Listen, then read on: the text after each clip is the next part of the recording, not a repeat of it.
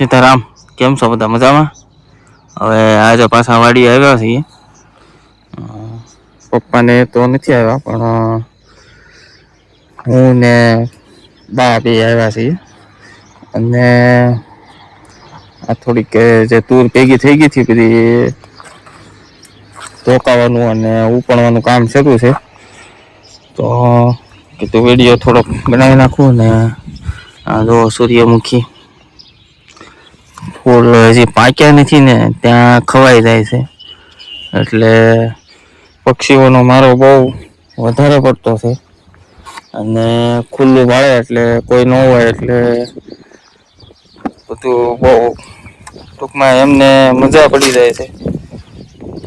બધા છોડમાં જે ફૂલ આવ્યા થાય એ જે પાકવાય નથી દીધા ને ત્યાં ખાવા મળ્યા છે. જો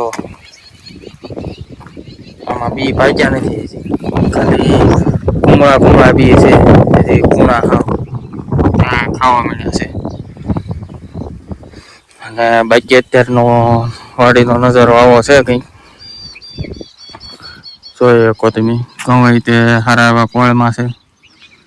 અને બધા ઝાડમાં અત્યારે ટૂંકમાં નવી ફૂટ આવી ગઈ છે.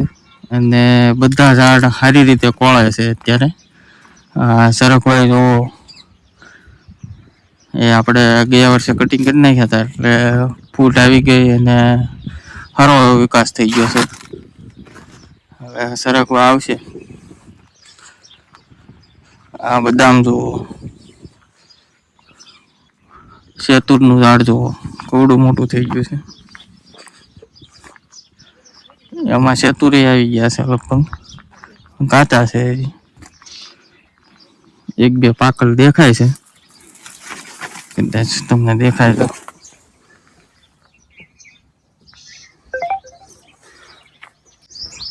બાકી તો કાચા તો ઘણા છે. અને આ બાજુ તે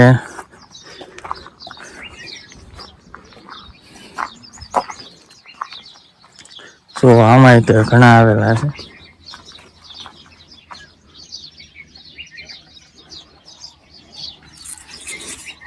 એટલે હવે ફાલ આવશે એવું લાગે છે. અત્યારે બધા ઝાડમાં લગભગ મોસ્ટ ઓફ ઝાડમાં આ રીતની સિચ્યુએશન હોય. આંબાથી માંડીને ટૂંકમાં જે ફળ આપતા ઝાડ હોય એમાં કંઈક ને કંઈક અત્યારે ફેરફાર થાય જ તે. અને પછી જયારે એનો ટાઈમ આવે ત્યારે ફળ આપે. પછી તો અત્યારે આપણે તુલસીમાં પણ નવી ફૂટ આવી ગઈ છે.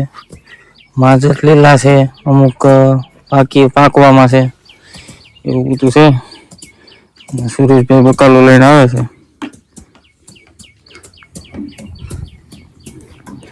આ બાજુ આપણે ગામમાંથી બહેનો આવ્યા છે. એ તુર ધોકાવે છે. અને અમારા બા કઈ ખરખું કરે છે. સવારની તુર ધોકાવાનું કામ શરૂ હતું. થોડીક વીણવાની બાકી હતી, વીણી નાખી છે.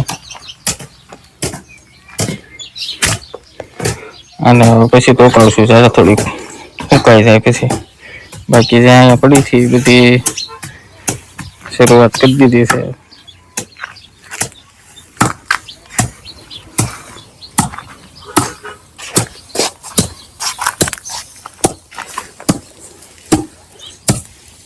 હવે આને ઉપડવાની બાકી છે, એટલે આમાંથી દાણા જુદા પડી જાય ને આ જે કચરો છે એ બધો જુદો પડી જાય.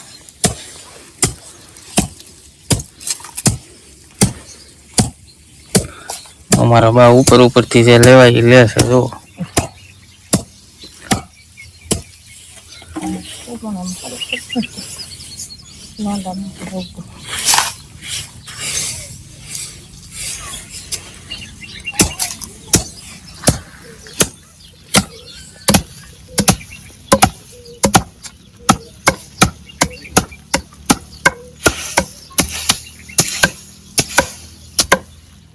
બધા આપણે તોડનું કામ શરૂ છે. હવે થોડો પવન નીકળ્યો હતો એટલે થોડી વારમાં ઉપડવાનું શરૂ કરશે. 3 બહેનો આવેલા છે અને આપણે બહાર છે. અને તો પહેલાં વિડીયોમાં કીધું એમ બાનો તે એક્સપિરિયન્સ ઘણો છે. એટલે કાંઈ વાંધો ન આવે. તો કે પપ્પા હોત તો કંઈ આપણે એવી કંઈ ચિંતા ન હોત, કારણ કે કહેવાય ને કે વડીલ બેઠા હોય ત્યાં સુધી બાળકોને ઓછી ચિંતા હોય. હવે અત્યારે એમની કન્ડિશન એ રીતની છે એટલે આપણે બધું ધ્યાન દેવું પડે છે. અને ટૂંકમાં એ બી કરવું પડે અને આ બી કરવું પડે, કારણ કે આ એમનું રચાવેલું છે. કાલ સવારે અહીંયા આવીને જોઈશે કે આનું આમ થયું તો એમને વધારે દુઃખ થાય. એટલા માટે આપણે ત્યાંય ટાઈમ કાઢીએ છીએ અને અહીંયા ટાઈમ કાઢીએ છીએ. અને માતાજીની દયાથી આ બધાની પ્રાર્થના કરીએ. અત્યારે પપ્પાને ઘણું સારું છે અને રોજ થોડી મૂવમેન્ટ આવતી જાય છે હાથમાં, પગમાં. અને દિત્યા સૌમ્યા એમની સાથે હોય એટલે વધારે તો એ દિત્યા સાથે મસ્તી કરતા હોય, કારણ કે અમુક કસરત આવે તો એમાં ફૂકો ફૂલાવાનો હોય. દિત્યાની જે કોનો મોટો ફૂકો ફૂલે એવી બધી રમતો, એટલે એમનો સમય પસાર થઈ જાય. અને આજે હું તમને બતાવી છે કે થોડાક સીન એમને પણ, કારણ કે હવે એટલો સમય દુઃખમાં આપણે રહેજો તો અમુક હેપી મુમેન્ટ પણ આવે. એટલે કહેતા નથી કે ભાઈ દુઃખ હંમેશા માટે નથી રહેતું. જેમ સમય જાય એમ પાછું એનો જે સમય હોય ત્યાં સુધી હોય, પછી પાછું આપણે યુઝ ટુ થઈ જઈએ. કહેવાય ને કે ભાઈ જે રીતનો ઘરનો માહોલ હશે એ રીતનું જ તે તમારા ઘરમાં બનશે. એટલે બને ત્યાં સુધી ઘરમાં અમુક સિચ્યુએશન સુધી આપણે સમજી શકીએ, પણ પછી હસતા રહેવું અને ખુશીનો માહોલ ઘરમાં હોય તો ઘણી બધી સમસ્યાનો સામનો એમનો થઈ જાય. એટલે ઘણી બધી સમસ્યા એવી લાગતી હોય કે આપણે આનો સામનો ન કરીએ, પણ જો પરિવાર સાથે હોય અને હસતા મોઢે બધા એકબીજા હળીમળીને જો સામનો કરીએ તો તરત આસાનીથી થઈએ. બંને બાદને જરાક નવરાશ હતી એટલે એમને કીધું કે ભાઈ આજે તમે અહીંયા નહીં પણ ત્યાં ચાલો એમ, નહીં તો બહાર રેગ્યુલર હોય જ છે. કાકા તે અમારા જે પપ્પાથી નાના ભાઈ છે શાંતિ કાકા, તો એ તે દિવસમાં 2 વાર આંટો મારે જ તે. એટલે ઘણો બધો ઘરનાનો સાથ હોય ને એટલે ઘણું બધું તમને ઘણી બધી હિંમત મળે. અને જે આ રીતની પરિસ્થિતિ બની હોય એમાં આપણે જલ્દીથી ઉગરી જઈએ. અને જે આ કહેવાય ને કે ભાઈ સાથે રહેવાનો આ જ ફાયદો છે.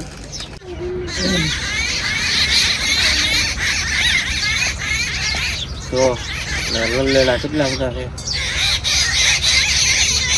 મસ્તીના મૂળમાં છે. તમને તો નહીં બેસે બધા, પણ આ રીતનો માહોલ હોય ને આ રીતની જે એન્વાયરમેન્ટ છે એમાં ઘણી બધી શાંતિ મળે આપણને. આ પક્ષીનો કિલોલ અને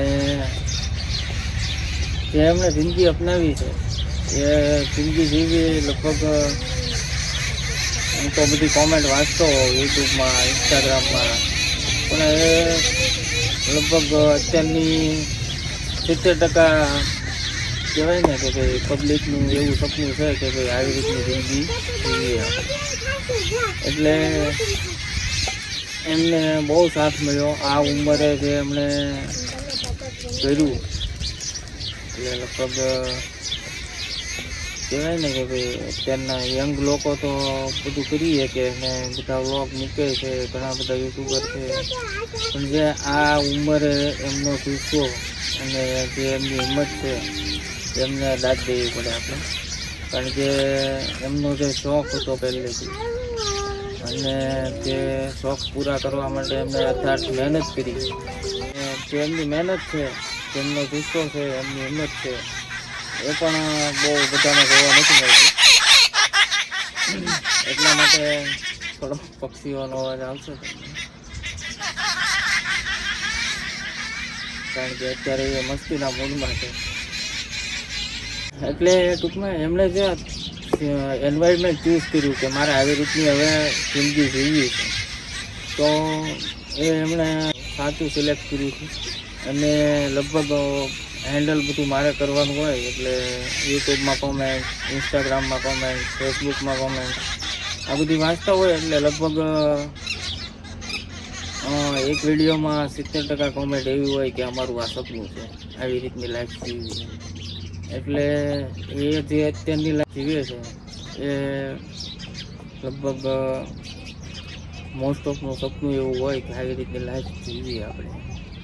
પણ આ જે લાઈફ જીવવા માટે એમણે જે સંઘર્ષો કર્યા અને જે હાર્ડવર્ક કર્યું તો આ એમનેમ તો નથી થયું. એમણે લગભગ 35 વર્ષ બધી મહેનત કરી, અમને મોટા કર્યા, ભણાવ્યા અને છતાં પણ એ એમના શોખ અને એમની જે હિંમત, એમનું જે કામ કરવાની ક્ષમતા એ જાળવી રાખી હતી અને પછી જ અહીંયા સુધી પહોંચ્યા.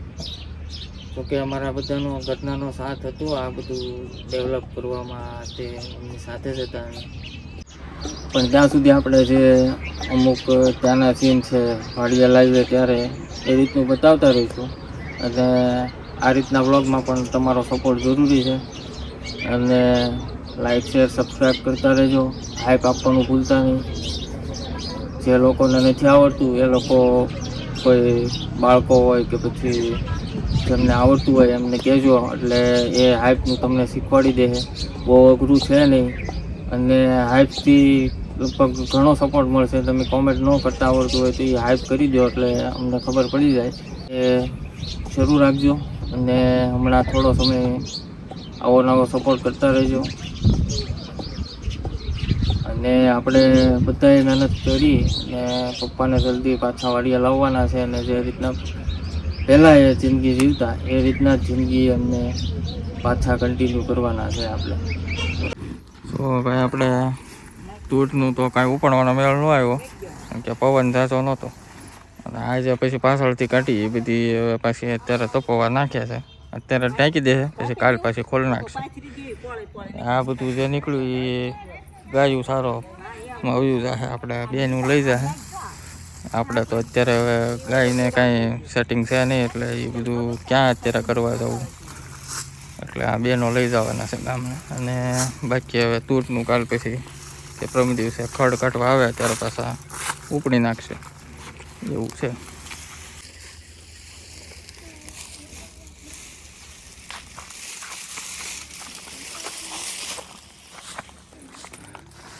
જો હરિયાળીમાં ફાલ સારો છે, સુગંધી હારી આવે છે, ઘણી વરિયાળી થઈ જાય. આ અજમા, રાજગરો, આ કોથમરી જે લસણમાં આપણે પાણી માટે ધોરિયામાં આવી ગઈ હતી બધી ક્યારામાં, એ ઉગીથી બધી કાઢી નાખી એટલે બા પાણી વળે છે એની.